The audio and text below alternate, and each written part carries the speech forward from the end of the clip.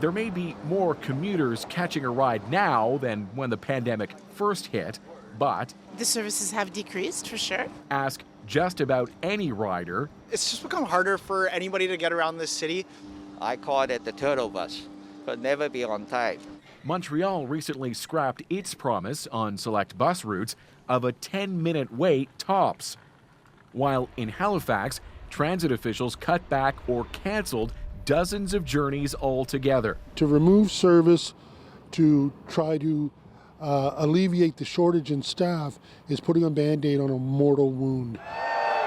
From BC to Nova Scotia, transit workers have complained of worsening job conditions, with staff laid off or retiring since COVID hit, compounded by ridership failing to return to pre-pandemic levels in several cities. At all levels of government, we have to recognize that there is a really serious issue here.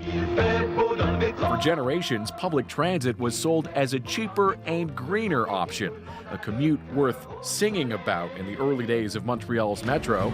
Welcome back. But since transit systems have tried to welcome back riders, cities like Toronto haven't just reduced service, they've hiked fares, blaming the lasting effects of the pandemic. This hangover is entirely related to items such as reduced transit ridership and increased shelter expenses. And that hangover may still worsen.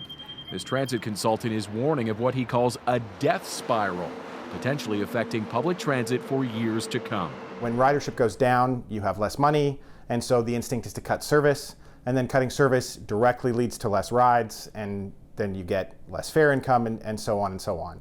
Now, some city leaders are calling for a rethink of transit funding, so those who need a ride aren't stuck with yet higher fares and fewer options. Thomas Dagg, CBC News, Toronto.